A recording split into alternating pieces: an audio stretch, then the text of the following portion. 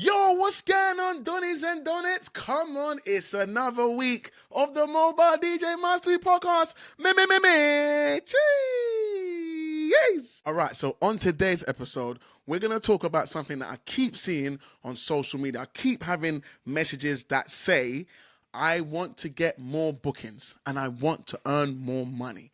Everybody wants to have more bookings. Everybody wants to have more money. But one of the things I always go back to these people and say, that have you thought about? There's something that you need to, before you can do this and this, which we all want, and we're all going to achieve, by the way, every single one of us.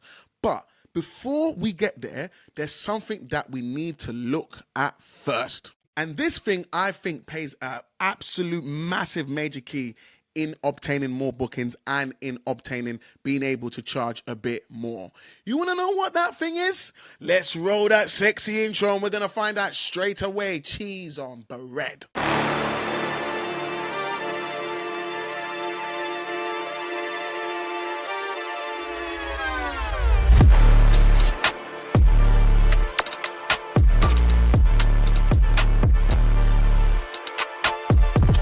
Before we get into this amazing content, I need to remind you that we have a Patreon that really helps support the podcast and gives you a bit more than just support. We've got a couple of tiers where you can just support the podcast, or you can join the tier where we are giving you nuggets and gems, directly actionable stuff.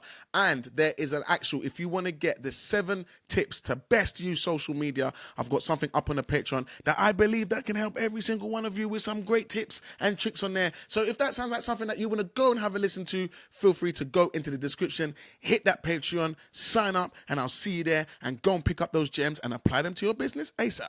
Also, another thing that I want to mention, Level Up Live taking place on February the 22nd, 2026. Brand new education day being brought to the UK. It's going to be absolutely sick. If you haven't already, make sure you save that date. You're watching this podcast every week, so you're not going to miss out. And we will let you know once tickets are out, all those types of things. But the first thing I need you to do is to block out that whole day. You might even want to block out the day before. You might even want to block out the day before.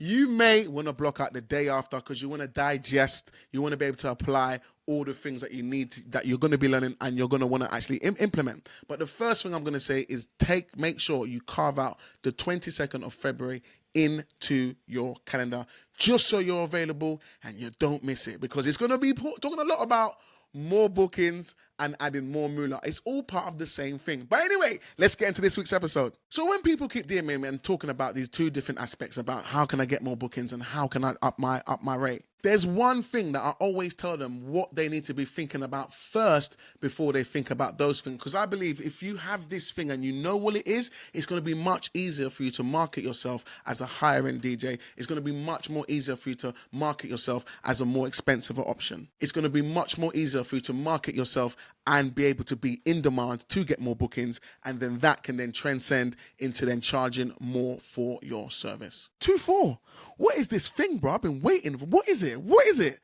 We are talking about USPs, unique selling points. Now, guys, I'm going to be frank with you. I remember when I first got in earlier, my early days, and I used to go to little business conversations, and people used to always be banging on about, what's your USP? You need to know your USP, and what is it that makes you unique? How do you stand out in the market? And I'll be honest, when I used to think about it, I used to think about it on a real basic level, and I used to be like, well, I'm a DJ, like I don't really know what makes me different to the other kind of things, and that's where I think research is necessary. Back then, I would only look at things as, this is what I want to do, this is what I want to achieve, and then that's where my research and my efforts would go into.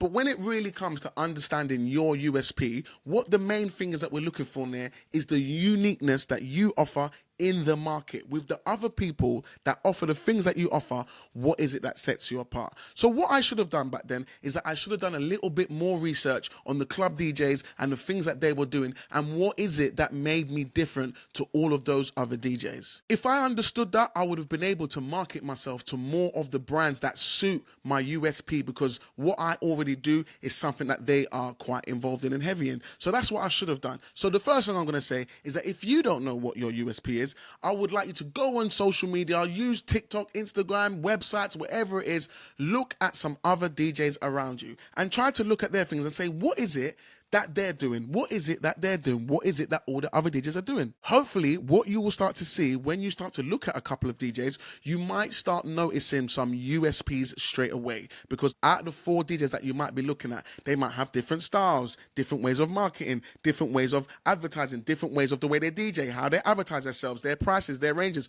Loads of different things will be different about them. And now this is what's separating those DJs. Then you can also look in the mirror and say, okay, I've looked at these 5 or 6 DJs. What is it that makes me different to those people? And the thing that makes me different is that something that you, if you was booking someone like yourself, is that something that you would want to book? Is that something that makes it so they can have more bookings or they can charge more? To give you an idea, let's look at episode 18 with Tony Roberts. On episode 18, Tony came on and he was talking about his major USP. And his one is that he is able to sing, because he started singing before he was DJing, and he is able to sing and DJ at the same time. With the power of stems, it basically gives him a performance that not a lot of people can touch, apart from Craig David at TS7. But Tony is one of the only ones that I know in the industry that offer that service at a good rate, because there are some people that may be able to sing and DJ, but they're not really that good singers. And if you've heard Tony's voice, the guy can do albums, he doesn't need to DJ, but where he merges the two, it gives him a maximum USP, very different to what other DJs are offering. So if you haven't, go and check out episode 18 where you can see what Tony's talking about and see exactly how that affects his business. Also, episode 13, Teron. Teron has got a USP in the way he looks. His main thing is he wears a hat that he wears. He's got the waistcoat, the tie. So visually, his USP is different to other DJs. As soon as you go to other DJs' Instagrams and you come across Teron, you're going to know from the hat, from the stylings and the way he does his things, that is one of his USPs, which separates him from other DJs. So go and check out episode 13 to get a little bit more insight if you're not sure about this thing that we're calling unique selling points. And like I said, it's not all about your performance on how you look. There's many ways of doing this, guys. If we go to episode 20 with Scott Dewan, he done a marketing strategy that was very different to how other DJs were marketing. He went onto the back of a carnival float. So instead of all the other people that are at the front that want to be at the front and advertising their business, he said, let me go to the back, where he probably didn't pay nothing or got it for a really, really good price. But the plan that he had of DJing to the people that will be, as he's DJing, the road is closing and he's getting that a maximum audience, having his DJ service and him promoting what he's doing was a great way for him to catapult his business. So that is a great USP in marketing, man. Doing something like that is different to everyone else. Hopefully it gives you a different result, and then you can start doing those 2 things we spoke about earlier. Episode 22 with Ewan Lawrence. God damn. Guys, if you haven't listened to that one is a major key. My guy was in New York and he was able to find someone who was put your video on the Times Square billboards. He paid for a time slot for his video, for his brand to be on the Times Square billboard. Now, he wasn't trying to market to the people in Times Square because they're not going to give a damn about his business. But what he was able to do was be there himself, film it, and then able to put that on his social media. That is smart as I can't even that I don't know no one who would basically what I'm trying to get, guys, you have to really start using this. Get into your brain and say, how can I do things differently? How can I do those things? And those things can really, really add and double down on your USP, or you doing something different for you to stand out amongst the crowd. But once you stand out amongst the crowd, you become an anomaly. That will then help your bookings because you're different to everyone else. Once your bookings go up, so does your fee. So you must look at your USP. What is it that you do different to others? Let's go to episode 7 with Afaron. Now, what he was talking about, he's a talent agent, and his whole business, his whole company is built off having talent underneath him that is unique. Weird and wonderful was the words that he used. With that weird and wonderful, he finds it 10 to 15 times easier for him to bench those clients to corporate clients. So he can say, you want to do a Christmas party, you want something new, I've got this that will be different and new and something that your people have never seen before. And then also the client will be like, that sounds amazing, how much is it going to cost? Yep, book it now. But he only has people on his agency that offer or have a unique selling point. something that makes them different to others, which makes it easier for him to sell them. And obviously, once you've found yours or studied yours, that's what's going to make it easier for you to market and sell you. All right, let me take you down for a little chat of story time. Now, in 2012, I started up a company called Team Pack Distribution. The idea of this company is that I was advertising different events inside a cellophane pack. Now, one thing I want to remind you guys, when you looked at those DJs, I told you to go and speak earlier, or anyone else that you go and look at, when you're looking at their pages and trying to find a USP or to marginalize what makes you different, the one thing that I will be strongly against and suggest that you don't do is copying. Copying someone is not a USP. It's copying. There's a total difference between that. And if you copy someone, one thing that you're going to see is that how it worked for them, it might not land for you. That's the reason why I say get inspired and get inspiration from other different people, maybe what they're doing. How can you get what that person was doing, change it so it suits you and becomes remixed or original, and for you to then use that, for you to then leverage and push up your brand. But when you copy people's styles, people's looks, how they do things, how they present, it's not authentically you. And when you're not authentic, it's really hard to be consistent and it's really hard to dominate that as a USP. So that's the reason why I'll say always try to do things in the original format. When you do things in an original format, it isn't actually a USP. You actually stand out, and then people come and know you and then start to trust you for those said things. So make sure you get inspiration and not copy. Which brings me back to my story of the pack company. So at the time, I was doing lots of flyering and I was DJing for multiple different brands, companies, all these different people and they had me on flyers, whether I was in the West End, whether I was in West London, South London, East London, whether it was Scala, whether it was Fabric, whether it was Ministry of Sound, whichever venue that it was, we would all be on different flyers. And there was a company at the time called Flyering Squad. And what Flyering Squad did is that there was an advertising company where you could pay a fee to put your flyer in their pack and then they would get their street team to distribute it. So I saw that and thought to myself, well, I'm not an advertising company, but I am a solo DJ who works for multiple different brands, and I've got to advertise myself to the general public to make sure I'm still getting those bookings and able to fill out my day and also fill out these calendars and get me more bookings. So I saw their model and said, okay, they have got a pack, they have got like this cellophane bag. And when I looked at the cellophane, the plasticky type bag, looking at it, I can tell this is a machine that does this. This isn't just someone doing it themselves. So I can't do what they're doing because I won't be able to afford that machine. I don't have a company like that. But I don't know if you guys remember, I don't know how far you guys back go, but who remembers pirate DVDs? Everyone must have had a DVD guy. Come on, everyone had a DVD guy. DVD. You would get any DVD, any movie that was out in the cinema, they would have the pirate copy on a DVD disc. And if you remember, it was a DVD that came in with like a paper, but it came in this little shiny cellophane bag. I was after the shiny cellophane bag so I can put flyers in there to then be able to advertise the flyers better. Because before, what I was doing is that I was piling the flyers together and clipping them with a staple, and then being able to give out these, 4 or 5 flyers with these. But then the way it was, the flyers all connected, it didn't have no appeal. So people used to sling them on the floor. So when I was outside clubs trying to advertise, people were like, oh yeah, that looks cool. And then they would sling it on the floor, which that wouldn't make sense to me. That didn't make any sense. And also what I want to add is that at the time I started getting into my own branding. Because at this time, guys, I was trying to find a way of how can I level myself up as a DJ inside the club world? How can I be different, stand out, do these things like I'm telling you about? And that's why me being a DJ and having a distribution offering where I was able to advertise my own event, but also the DJs and brands that I was under, I'll be able to put their event in the pack as well. So once I give it to one, I'm advertising 6, 5, 4, 3, 9 events, whatever was in there. So that's where Team Pack started. Another side story as well. I remember using the Pac-Man logo because before it was Team Pack, it was just called Pac-Man. It was just me by myself putting in these flyers into this pack. And I remember getting the Pac-Man logo and using it. And someone said to me, oh no, you shouldn't do that because, you're going to get sued.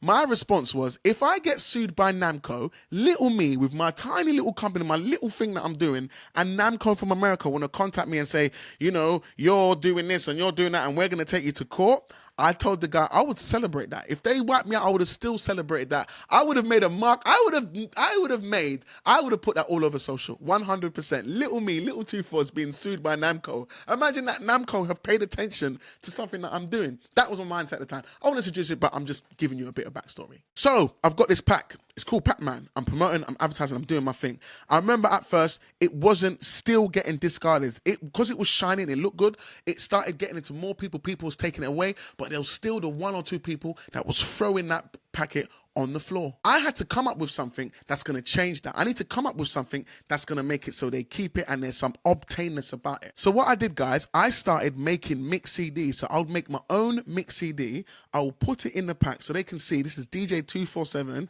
I've got my event that I'm doing in Essex on the front, and I'm working with other nights like Back to 95, Exposure, Comedy Nights. I was working with different brands that I was working with at the time, so they will all be inside the pack. And another thing that was smart, I was working with grown, bigger brands instead of lower brands. So the lowest brand in it was probably me, myself, but all the other brands were like 5 years, 6 years. They've been in the game for a lot of time. So then this gives the package and the team pack and the brand clout. So once we put the CD in there and was going out to nightclubs, I'll just to give you some background, I'll finish a club night, then I'll, hang around in the club for a little bit, but then just before the club closes, I'll go outside and I'll have all my different packs and I'll just start distributing them to the people outside. Free CD, flyer, free CD. And people was taking them. Guys, it was working. But I'm going to let you know where the real USP, which really took this company and changed what it was. Literally changed it straight away. I was in a pound shop one time. I'm walking around in the pound shop and I see Mawam. Remember Mawam sweets? I think they're still about. They had this pack that was a £1 and it had basically, 5 rows of 10? 5 rows of 10, these little sweets. 10 little sweets, 5 rows, £4. So basically 50 sweets for £1. I would take that and I started opening it, guys, and throwing in these little flavored Mawams into the pack. Guys, that was the biggest game changer ever. Once I put that sweet in the pack, one sweet, bear it in mind, in terms of value, it cost me 2 pence. It cost me 2 pence to have that sweet inside the pack.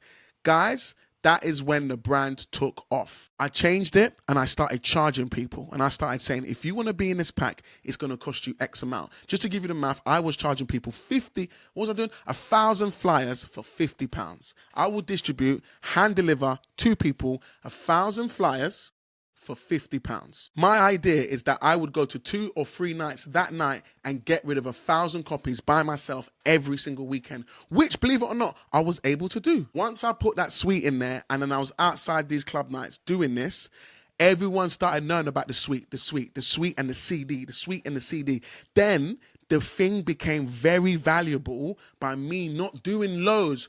The CD benefited me because then when I was walking back to my car after flying, I'll be hearing cars driving around. You're listening to DJ 247. DJ 247 live in the mix. I'll hear BMs, X5s, Audis, all these cars driving around. And I'm like, oh my God, my name is coming out of so many cars. And obviously these cars will be full of ravers, clubbers. So they're in the car and one of them has put the CD in, but the rest of them have the CD. They're all chewing Mawam. Guys, when I mean I changed the game with one USP, a 2 pence sweet. It didn't take long until, guys, I swear, I had almost monopoly in the market. You would come out to a club night back in the day. This was, if you've done the City, if you've done any of those clubs I mentioned before, the ones in Vauxhall, Fire and Lightbox, Hidden, a lot of them are gone now. Coliseum, Silks and Spice, APT. I don't know if these venues are resonating with anyone, but with those venues, you used to come out and there will be a line of promoters. Some people used to hate it. You will come out and everyone's giving you a flyer. You're just walking and you're like, oh, bloody hell, these flyers. By the time you get to the end of the queue, you've got like 11 flyers in your hand.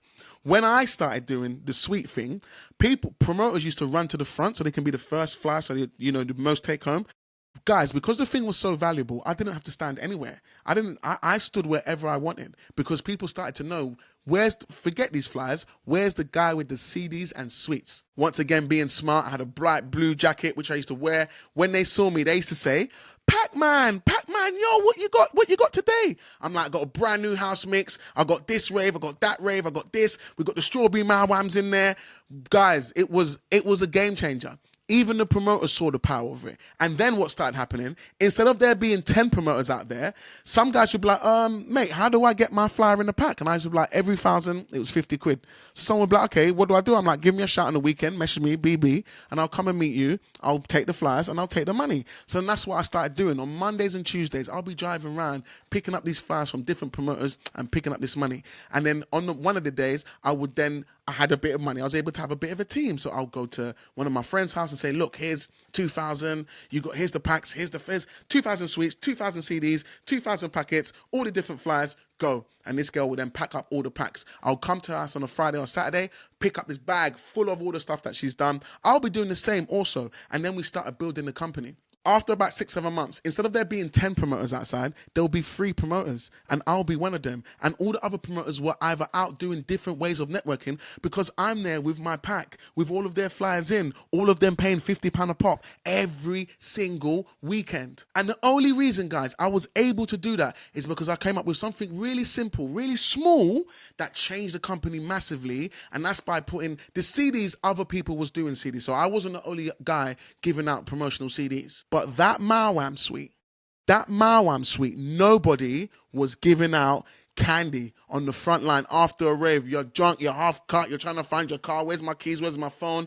And then you see me, I'm not only giving you something that you can bang in your car now, I'm giving you a suite, and I'm also giving you your next couple of events. Guys, it was a game changer. While we're here, quickly, guys, have a look at the screen. I just found some pictures. I thought I'll share them with you just to give you some idea. If you're listening and you can't see, make sure you head over to Spotify or to YouTube. But this is the kind of stuff I used to drop off to some of these girls to start packing. This is how the packets looked. This is how some of the things would look raw before they were finished. And this is how the end product would have looked before we gave it away with some of the punters that used to take it. Having that USP as a DJ took me to heights, guys. I'm telling you now, I was able, as 247, I was 247 the DJ, but then I became Pac-Man at the same time.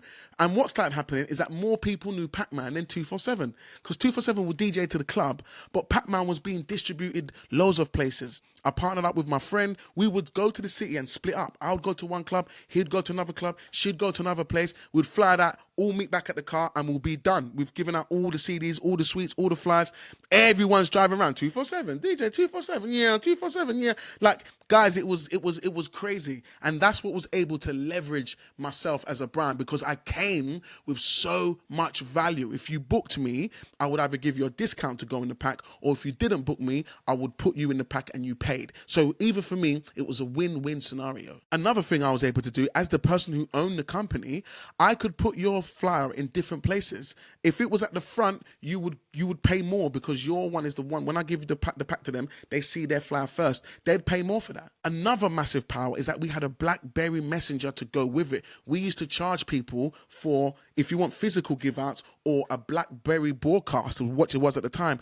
Guys, I used to charge to send out broadcasts, because the brand had power, because it was doing something that no one else did. It was a USP brand, different to everybody else. This is what made it for me to go into festivals pretty easily, because once I could tell people, not only am I a DJ, this is what I do, but I also have this where I'm able to clearly sell out minimum between 50 and 100 tickets. Guys, I had value. I was making more money on ticket sales when doing festivals than I was off the booking. I remember being booked for We Are Festival, 51st State, Eastern Electrics, SW4, and it was off this mode. When I sent the email to them, I wouldn't just be like, oh, I'm a DJ, pick me. That didn't work. That doesn't, and never worked. I went to them and said, I think I can offer you something. This is a distribution company I run and own. And to get in the pack, you have to book 247. Guys, it made sense. And because of the units that we were distributing, that was a sick USP for me to then go and run with that. And it worked, guys. It worked. Once again, to wrap up some of the story, because I know some of you are going to be thinking, okay, so what happened to that brand? After doing it for, I think we was doing it for about 2 years, come up to about 2 years, there was this one night when house music really kicked in. And with house music, those nights start different to like R&B and garage nights at the time. So when house music kicked in, tech house was big at the time, and there was like a lot of after parties. So some nights will start at 2 a.m. and they won't finish until 10 a.m., 9 a.m. This is where the brand became difficult, because where the scene started moving from garage and R&B and hip hop to now house started coming into the same industry, and you had multiple different crowds raving in different places. We then started attacking the house industry, but what that did is stretch us super thin. So we started working from, some venue will finish at 4, some will finish at 5, some will finish at 6, some will finish at 8, some will finish at 9. So then we found ourselves working, growing the team, growing the numbers. The numbers started getting out of control. The managing people started getting out of control. The fallout between people. There was loads of different things that happened, which I take all of these lessons, guys, in all my businesses. I use my past experience and I use those bits of knowledge to then benefit me and the moves that I make then. One of the things I'll mention to you is that if you're going to grow a big team, just know within your team, people are going to start sleeping with each other. And that can cause major problems in the business, which I had to learn that way. I learned that also too. But with that, what started happening is that I started experiencing burnout. I was doing way too much. We had multiple people packing packs. We had multiple teams out there. Also myself, I was DJing too. It was insane. And I remember coming back from Club 338 one time. We was promoting. It was me and my guy. And we got in at about, I remember we went to the cafe, because we're getting in now at like, 9:30, 10 in the morning. Get in there. And then I was like, I remember sitting in his living room. The sun was blazing. The day started, but we've just come home. And I'm like, I don't know how long I can do this for. And he said to me, bro, I've been thinking this for the last couple of weeks. And then from there, I was like, we might have to hang up the towel. We might have to hang it up. That day was the last day of Team Pack distribution. One thing I know, guys, and this is from the heart of hearts. One thing I know is if I stayed in it for another 3 to 6 weeks, I could have sold that company for easy $250,000. Now, knowing what I know now, understanding business much more now, I could have sold that brand to either Firing Squad, because I was their direct competition. And even then, it wasn't competition. They used to hire low-end people that didn't look great. They didn't, no disrespect to people that hand up big issue, but that's how they looked. Me and my team, we looked premium, up-to-date, banter. I used to have girls, they were pretty, makeup, all that sort of stuff. So then when we came on the front line, and because we was bubbly and interactive, we became entertainment on the front line. We all had sky blue jackets. They all had blush pink jackets. So when you saw us, it was very obvious from the get-go. Branding, I was heavy on branding. Everyone had T-shirts. Everyone had snapbacks. We looked sick on the front line. So I don't think we had any competition, but I think we could have either sold that to another advertising magazine company, competitors. Now, understanding what I know now, I should have sold that brand. But you live and you learn. You live and you learn. But I say that story to show you that small things, when I'm talking to you about your USP, don't start thinking big and outlandish and, oh my God, I've got to do, oh my God, I've got to do. You may have one already and you just don't know how to put a magnifying glass on it. There is definitely something in your business, if you don't have one, where you can make small change that doesn't cost you loads and is not that hard to implement, that can pay you massive, massive dividends when it comes down to obtaining more bookings and then charging a higher fee. I'm telling you guys, USP, these things make you stand out in the market. And that's what we should all be striving to do, because that's, in my opinion, I could be wrong. Let me know if I am. Let me know in the comments if anyone disagrees. I love to hear people that disagree. I don't think I know everything. I just know what I know definitely works for me and things that I've tried in the past. And those are the things that I speak on. I don't talk about the things that I'm not sure about. I tell you guys things that have directly helped me, and that's why I'm confident in speaking about it, and I'm happy to have a debate about it because I can defend it and I know what I'm speaking about because it's happened, it's been trialed, it's been happened, and this is how it worked for me. But it could be different for other people. But I'm a heavy believer in USP. Something that makes you different to others is an easy way for you to sell and market yourself to people that will be interested in spending money with you and not with any other random DJ. So, homework. Guys, I think you should spend this next week or two trying to find your USP if you haven't got one already. And as I said, as we approach the end, I'm going to give you 3 of my Personal tips that I think you can just do straight away now, especially if you don't know what your USP is, or you're trying to find one, or you're not sure. Hopefully these 3 things can get you off to a good start. Tip number 1, standard procedure. When it comes to finding out your USP, ask your friends and family. Ask your friends and family. Ask one of your friends. Looking at me, what do you think makes me different to some other DJs? You'll be surprised. Some of your friends will probably be like, it's this. And you might be like, oh, I didn't think that was unique. And they'll be like, yeah, that person doesn't do it. That person doesn't do it. Bro, you do it really well. That's dope, man. That's you. One of your family members might say, when you got involved in DJing, you was controlling DMX lighting before you got into DJing, and you'd be like, yeah, but that's not a USP. I'm here to tell you that is 100% a USP. If your lighting is dope, and most DJs are using sound to light, in your videos and your marketing, you've got to talk about your lighting. You've got to show that when drops happen and things happen, visually, these are the experiences I can offer that most DJs might not be able to. You're showing the way your lights move. You're showing the way it affects the dance floor. If you have lighting as one of your USPs, that's a USP. Don't get me wrong. There might be other DJs doing it, but they're not marketing it. That's the problem. That's what separates you. So the first one I would say is definitely reach out to friends and family, because sometimes in our own heads, we don't see our value and some other people do. And they believe that we know that value, but we don't. And I'm talking about me when I didn't know my USP way back before. I didn't know, guys. I used to just think, well, all DJs do this and all DJs do that, and I'm not really that special. I'm another DJ. And that's what used to get in my head. I used to be like, I ain't got a USP. I remember sitting there with the pen and I'd be like, what do I write? What's my, and I didn't know. And sometimes it's harder to know that if you don't know what's going on in your market. And as we are all DJs, we don't get to see lots of other DJs, because technically we should be working. We should be. And if you're not busy and you have loads of available weekends, I would highly recommend go and checking out DJs. Oh my God. I would highly recommend, if you haven't got lots of bookings and you've got some weekends where you're a bit free, go and check out other DJs. Go to local bars. Go to local clubs. I don't know if you can get into a wedding venue, but we all know wedding venues don't really have security. So if I wanted to go to one of my wedding venues and just rock up there on a Saturday between 9 o'clock and 10 o'clock, I could probably get in there, stand to the side and just observe a DJ.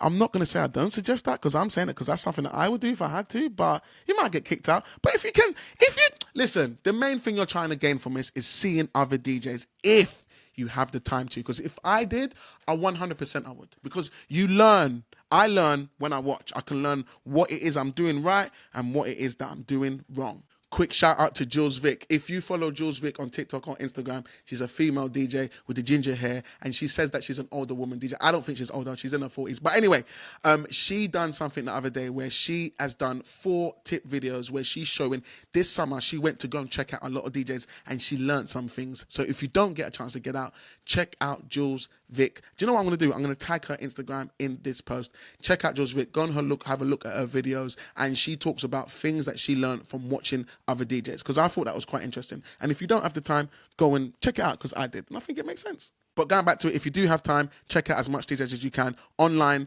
YouTube, Instagram, anywhere, and try and learn and try and see what it is that makes you different from the person that you're watching or reading about. And also, when you're looking at lots of other DJs, what differences are you seeing amongst the DJs? This will help you generate your USP. Tip number 2. By now, guys, you should have some reviews. If you don't have any reviews, this is obviously going to be difficult. But if you have reviews, go through those reviews and see if there's a common theme. Is there a common theme that people keep saying? They could be saying anything, but if you're seeing something that's recurring in multiple reviews, that could be your USP. That could be your USP. Now, if I look at my reviews, there's a few things that come up, a few. So one thing is energy. Or I could say in 80% of my reviews, the word energy is in there. Google picks it up. You go into Google, it will tell you this word used this much times, 70 times, 40 times. So these words can definitely help you. If you don't have Google, just try to look at wherever you keep your reviews. Read them. Or even more so, drag them all and put them into ChatGPT and say, looking at these reviews. So that's another major key. Looking at your reviews and seeing if things crop up all the time, that might be a USP for you. Mine ones, like I said, are energy, vibes, and dance floor full all the time. That, guys, I've shown you videos when my dance floor is not full, but that's what the reviews say. Do you know what I'm saying? So then I might put in my copy, in my website, on my Instagram, guaranteed to keep the energy high and the vibes up with your dance floor never being empty. That's a USP marketing that I've used that my clients have said. This isn't me talking about me. This is what my clients are saying. So this is a good way for you to find out what it is that makes it that people are booking you. Why are you getting those bookings? If you don't know, have a look at that. Last but not least, tip number 3. When you are out at venues, I think this one is probably the most powerful one, and maybe the one of the most to even obtain. That is talking to suppliers. Believe it or not, suppliers see more DJs than me and you do. They see loads of different DJs, photographers see loads of DJs, saxophonists see loads of DJs, venues see loads of DJs, bar staff see loads of DJs. So when you do a DJ set, it could be your first and last and only one at that venue. If someone is able to, or if you're able to go and ask someone, what do you think about my set? And they said, it was wicked. And then just say, listen, I'm looking for some help to find my USP. I'm trying to find like what makes me different from other DJs. Is there any tips or anything that you saw that other DJs are not doing, that I'm doing, that maybe I could use in my marketing? When you talk like that, guys, people are very willing to help others. So when you come from a humble place like that, saying that to a photographer, a bar owner, a manager, anybody, they would most likely give you the 2 minutes. And that 2 minutes might be the one thing that they tell you something that in your mind, you thought, that's not a USP, when all in all, it is. And you just don't know it. So that's why I'm saying open out your networks, look at different things, use those 3 different tips. If you don't know what your USP is. I wish I had this information, guys, when I didn't know my USP, because it would have taken me a couple hours or a few gigs and I would have had some information in front of me. And then maybe I would have realized, wow, I'm worth more than I think, because other people can see it better than we do. Once you found your USP, you can then use that in your sales, your marketing, all your different things, and make sure people know that's what it is that sets you apart. One of the things I'm big on, as you also know, is showing it. If you found your USP and it's something you can show, going back to the point I made about your lighting, double down on content video showing your lighting. Show them I can create this experience for you. When people see, and there might be some people that are really, really big on atmospherics and how things look and sound and all that sort of stuff. Obviously, you've got to show that beat matching, and your DJing needs to be on point first. Of course, I'm going to always go with everyone I'm speaking to here knows how to beat match and knows how to DJ. Like, I hope so. That's the way my mind that's why I don't talk about mixing on here. I talk about the business, because I'm like, your craft and your skill is something that you should have honed in on. And the fact that you're here, you've got that down already, hopefully. Actually, let me know in the comments, do we need a beat matching and phrasing courses? Do we need that stuff? Because I think we don't, but maybe you guys are the one. You listen, I put this podcast on for you guys. So if that's something that you think that would be beneficial for me to bring on to this thing, or also for me to bring to the Level Up Live show, let me know. And then DJing, mixing performance style, we can get educators on that, because I think that everyone here can, but this is what I think. You let me know, you got the facts. So there you go, guys. Like I said, man, you can start doing some of that stuff ASAP. That's some homework for the next 2 weeks, if you don't know already. Some of you already know, and you're talking about it, you're pushing it, you're showing it, and it's working. But I'm obviously mindful. I'm always thinking about the past me who didn't, and I know that the past me might be someone, it might be you who's watching this or listening to this right now, and I'm just hoping that this can help you find your USP. Once you know it and understand that, this will definitely help you in securing more bookings and being able to charge more. I feel you need to know your USP first. So if you're speaking to someone and they ever say to you, why am I paying this price? Or why are you booked out for the year? Or if anyone's asking those questions, you can say, I think it's because of these things, or it's because of these things. And then that way you stand out amongst others, which then gives you more money, more bookings. You know what I'm saying? All right, you're up to date. I like that. Anyway, guys, I hope you found this episode beneficial and insightful. And there were some things that you can actually apply and try to do those ASAP. Now, remember, we'll be talking about these subjects and many, many others and giving you a proper deep dive when we link up on Level Up Live in February. But other than that, man, I'll see you guys next week for some more gems, more major keys, more great stuff, more insightful episodes on the Mobile DJ Mastery Podcast. Cheese. Until next week, peace.